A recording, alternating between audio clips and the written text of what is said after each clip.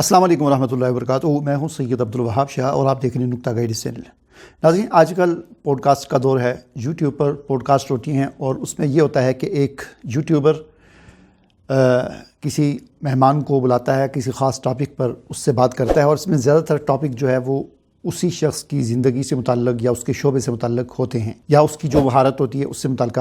Topic होते हैं। Talk show और पॉडकास्ट, इनमें थोड़ा सा फ़र्क होता है। टॉक शो आमतौर पर टीवी पर होते हैं, टीवी चैनल्स पर होते हैं, जिनमें ज़्यादातर सियासी उमूर पर गुफ्तगू की जाती है, जिसमें किसी सियासतदानों को बुलाया जाता है या कोई मज़हब का मामला है तो उसमें मुख्तलिफ़ मसालक के मज़हबी लोगों को और उलमा को बुलाया जाता है, और सियासी मामला है तो उसमें मुख्तलिफ़ सियासी पार्टियों के 3-4 मेहमानों को बुलाया जाता है और वो एंकर के सामने बैठे होते हैं और उसमें टॉक शो हो रहा होता है हालात पर, हालात हाज़रा पर या किसी ख़ास टॉपिक पर। इसके बरक्स जो पॉडकास्ट होती है उसमें आम तौर पर एक मेहमान होता है और एक यूट्यूबर होता है जो किसी उस शख्स की ज़िंदगी या उसके मुतल्लिक़ा काम के हवाले से या किसी भी शोबे से गुफ्तगू करता है। पॉडकास्ट के अंदर हमें आजकल एक ट्रेंड हमें नज़र आता है कि हम देखते हैं कि पॉडकास्ट के अंदर लड़ाई यानी कि बड़े सख्त सवालात होते हैं, बड़े चुभते हुए सवालात होते हैं और बड़ी इस तरह का मंज़र बनाया जाता है कि जिसमें ये पता चलता है कि शायद ये पॉडकास्ट करने वाला बहुत दिलेर आदमी है,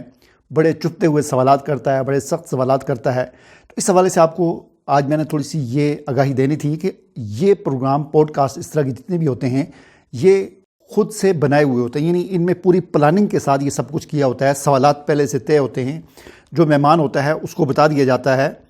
कि ये सवालात होंगे और आपने माइंड नहीं करना, इस तरह के सवालात होंगे। तो इसमें माइंड करने वाली बात जो है ना वो इस तरह है कि यही वजह है कि आपको पॉडकास्ट के अंदर आपको जो मुअज़्ज़ज़ शख्सियात हैं वो बहुत कम नज़र आती हैं, ठीक है ना। पॉडकास्ट आमतौर पर ऐसे लोगों के साथ किए जाते हैं जो पहले से ही कुछ मशहूर होते हैं, सोशल मीडिया पर वायरल होते हैं और उनके साथ किए जाते हैं और उनके साथ पहले तय किया जाता है, इसमें रकम भी तय की जाती है कि ये पॉडकास्ट जो की जाएगी आपको इसका इतना मुआवजा मिलेगा, और उसमें फिर ये भी तय किया जाता है कि हम जब इस तरह के सवालात करेंगे, मैं आप पर इस तरह का एतराज़ करूँगा, आप पर ये इल्ज़ाम लगाऊँगा, आपने आगे से ये कहना है, और अगर ये वीडियो वायरल हो गई तो फिर उस वायरल होने पर इतने अगर व्यू आए तो उस पर आपको इतना कमीशन मिलेगा। तो ये सारी बातें तय होती हैं। मिसाल के तौर पर ये जो एक पॉडकास्ट करने वाला है यूट्यूबर है रिहान तारिक या रिहान मलिक, इस तरह कोई नाम है, रिहान नाम है उसका, तो उसने वो मुल्तान के हकीम हैं उनके साथ एक पॉडकास्ट की।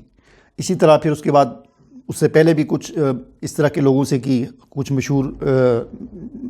टिकटॉकर वगैरह उनके साथ की, उसके बाद भी करता है।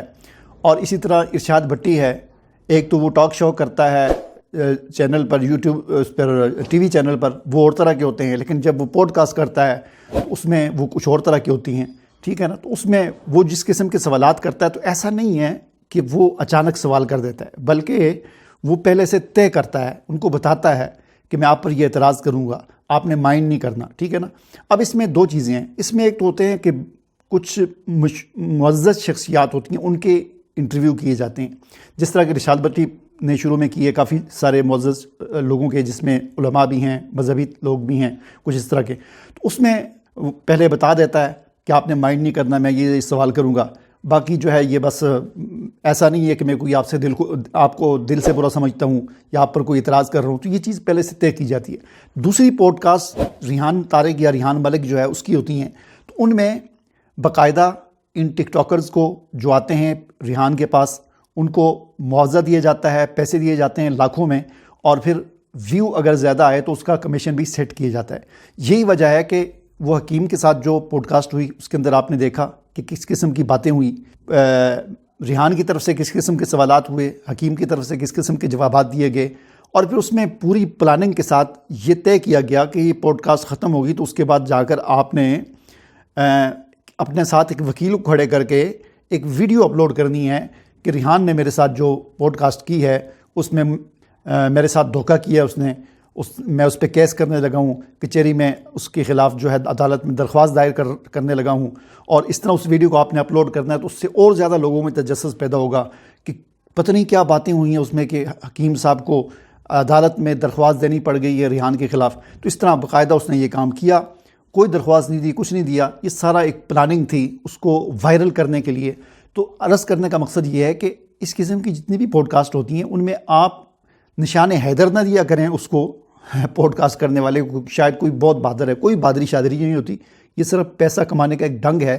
پوری پلاننگ ہوتی ہے، یہ سارا ڈرامہ ہوتا ہے، کارنامہ نہیں ہوتا، یہ ڈرامہ ہوتا ہے، پورا بیٹھ کر جس طرح ایک کہانی لکھی جاتی ہے، سب کچھ طے کیا جاتا ہے، اس طرح ہوگا، یہ سوال ہوں گے، میں نے اس انداز سے سوال کرنا ہے، آپ نے اس انداز سے غصے سے جواب دینا ہے، یا یہ کرنا ہے وہ کرنا ہے،